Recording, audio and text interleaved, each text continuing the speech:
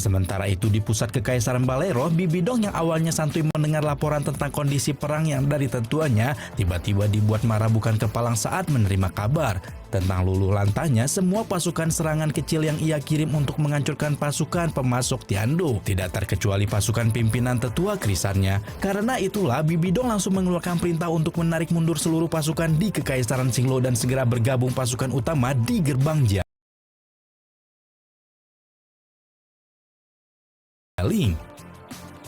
Di episode kali ini nanti kita akan melihat bagaimana persiapan kubu Kekaisaran Tiando dan Balero dalam mempersiapkan perang, juga bagaimana serunya suasana garis depan perang di daratan 5 dan gerbang Jialing. Sebelum kita mulai Cakra Diva, ingetin lagi nih, jangan lupa untuk di subscribe bagi yang belum subscribe ya. Ya udah, lama-lama lagi langsung aja kita terobos, kuy!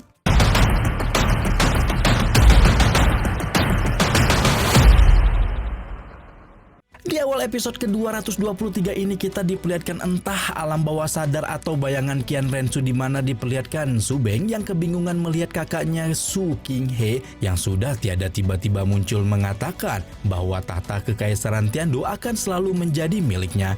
Belum sampai selesai Su Beng mencerna informasi, tiba-tiba Qian Rensu muncul menghardik tindakan Su Qinghe yang sebenarnya adalah dirinya sendiri atas semua tindakan jahatnya.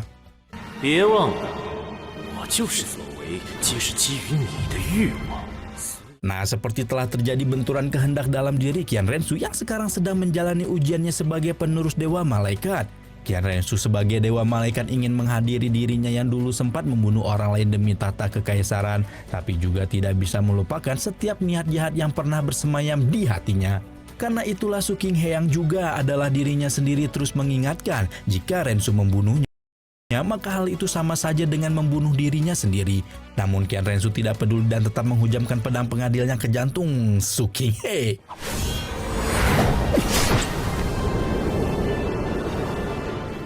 Dan benar saja, setelah pedang itu menghujam jantung Su Qinghe, Qian Rensu pun menderita luka yang sama dan akhirnya tersadar dari bayangan kelamnya.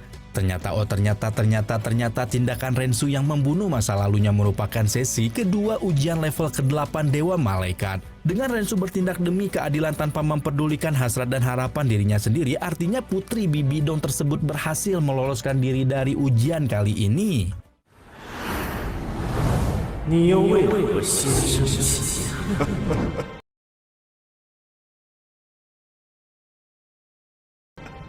Nah, meskipun nampaknya Qian Rensu telah meloloskan diri dari ujiannya, tidak dapat dipungkiri setitik rasa dengki dan kebencian masih tersisa di selung hati sang penerus Dewa Malaikat. Sekarang kita move on dulu yuk ke Tan San yang sudah kembali berkumpul dengan 7 monster strike di camp utama Kekaisaran Tiando. Ketika itu Xiang membawa kabar bahwa murid sekte kecepatan belum menemukan lagi pasukan Balero lain yang mendekati camp mereka.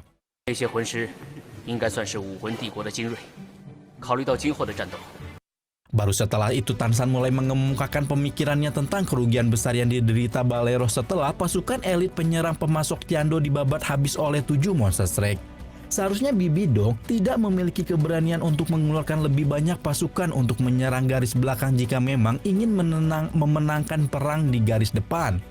Akan tetapi untuk berjaga-jaga, Tan San tetap meminta Xiang memimpin aula kelincahan untuk berpatroli untuk memastikan situasi memang benar-benar aman.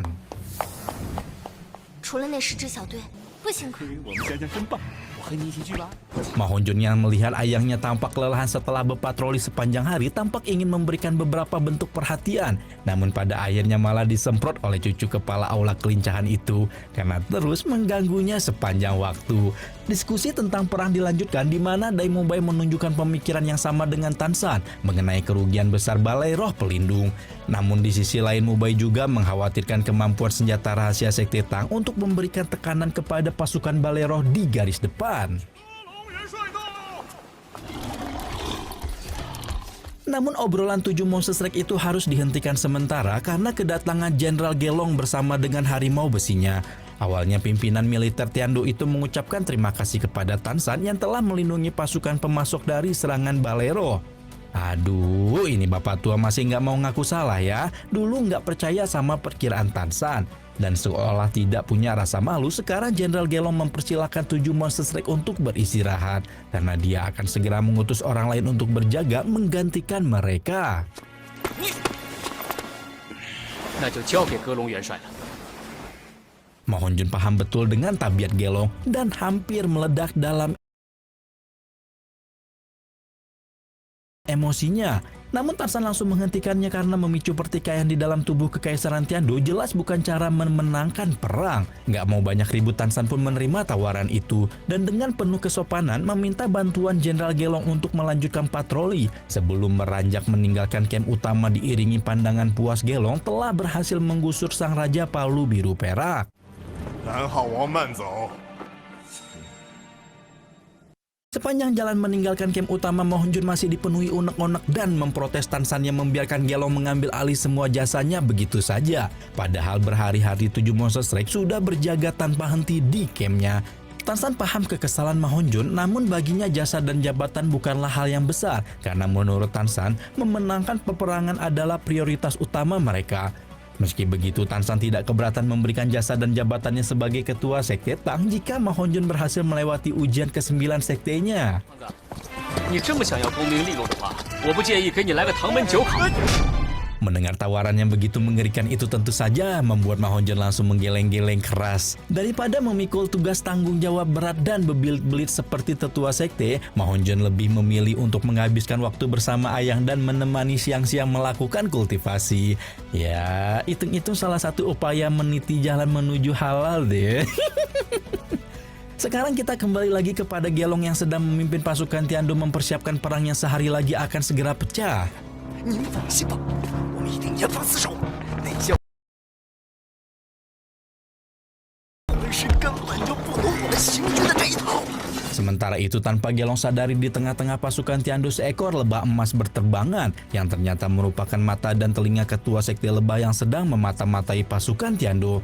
Ketua sekte lebah tampak begitu puas dengan hasil pengamatannya, bahkan salah satu bawahannya utama Bibidong itu dengan percaya diri berkata bahwa dia akan membawa kabar baik pada Bibidong berupa celah untuk meluluhlantahkan pasukan Tiandu. 陛下，宗主传信回来了。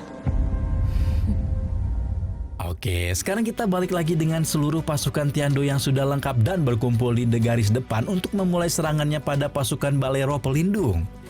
Tidak hanya prajurit berzirah baja, gerombolan Master Roh pemilik pasukan Tiandu termasuk 7 Monster Strike juga telah siap untuk menunggu instruksi kaisar mereka memulai peperangan.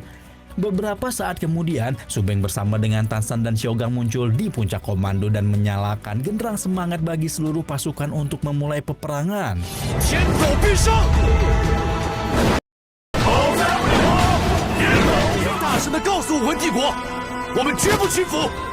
Teriakan Subeng yang dipenuhi hasrat dan semangat itu ikut mengobarkan hasrat dan semangat para prajurit untuk memulai perjuangan mereka membela negara. Sorakan demi sorakan digaungkan ke udara, bendera dikebarkan dan senjata diangkat tinggi-tinggi, mengiringi acungan pedang Subeng yang lurus ke depan, menandakan perjalanan menuju gerbang Jialing sebagai lokasi peperangan akan segera dimulai.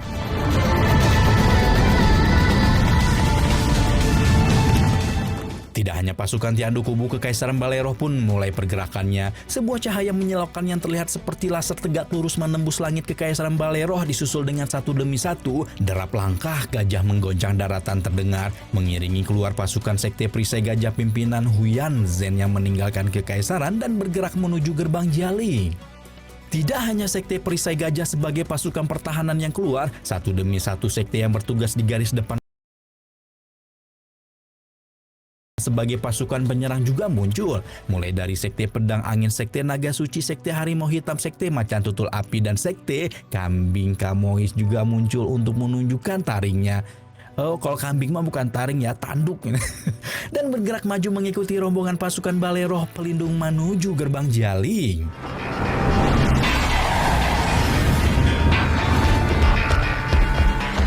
Derap langkah pasukan Kekaisaran Balero Pelindung terdengar begitu mencekam saat ratusan ribu dekap langkah memenuhi daratan ketika rombongan 7 sekte besar mulai bergerak mendekati medan perang.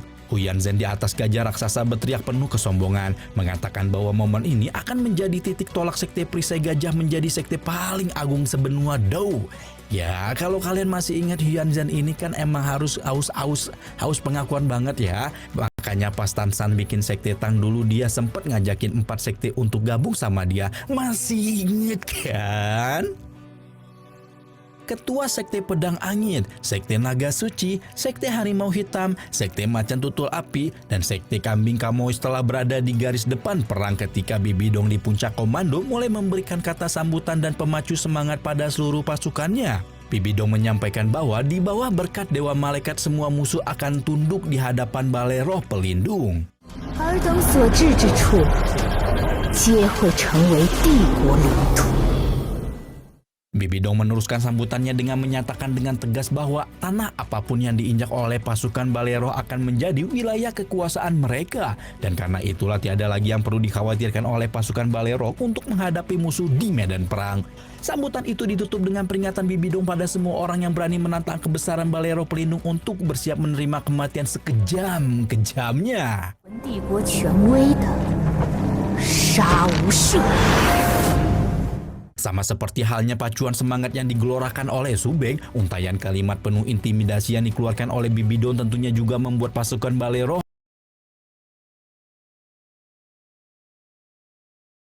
Pelindung terbakar dan mulai menggelorakan hasrat membunuh yang sama dengan kaisar mereka. Di sini sudah terlihat jelas ya perbedaan niat antara Kekaisaran Tiando dan Kekaisaran Balai Roh Pelindung dalam melakoni perang.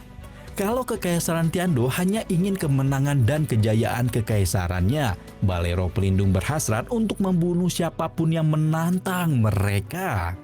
Semua pasukan telah bersiaga, tetua-tetua Balai Roh juga telah bersiap di tempat masing-masing. Bibi Dong duduk santai di atas singgasananya, menghirup wangi anggur merah yang sedang dia tegak yang aromanya bercampur dengan udara pagi hari yang dipenuhi dengan embun dan wangian rumput. Sinar matahari mulai mengintip dari balik cakrawala menunjukkan pagi telah tiba dan perang besar yang akan segera meledak itu hampir sampai pada waktunya.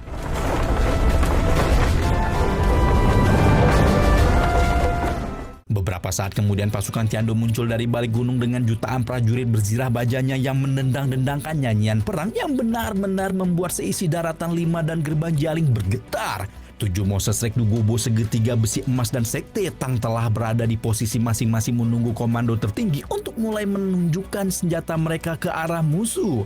Setelah memastikan semua pasukan telah bersiap di tempat masing-masing, Tan San pun memerintahkan pasukan Sekte Tang untuk bersiap dan mengangkat busur silang mereka masing-masing. 唐家军听令，检查弩机，上击黄。 Pasukan Sekte Tang tanpa banyak babi bu langsung bersiap mengangkat busur mereka dan berdiri tegas siap bersedia membantu garis depan pasukan Tiando sebagai pembantu utama pasukan penyerang. Tidak hanya Tan San yang bersiap, Bibi Dong pun mengerahkan pasukan di garis depan untuk mempersiapkan serangan yang langsung diterima oleh Sekte Perisai Gajah Huyan Zhen dengan mengeluarkan semua cincin rohnya untuk menggertak lawan.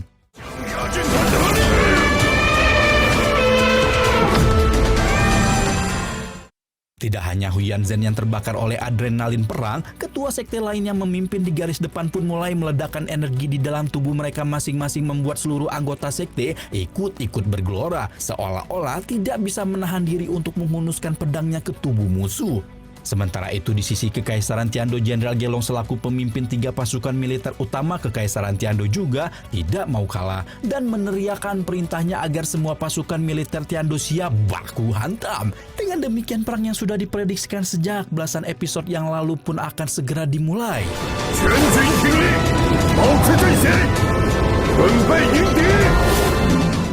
Edan.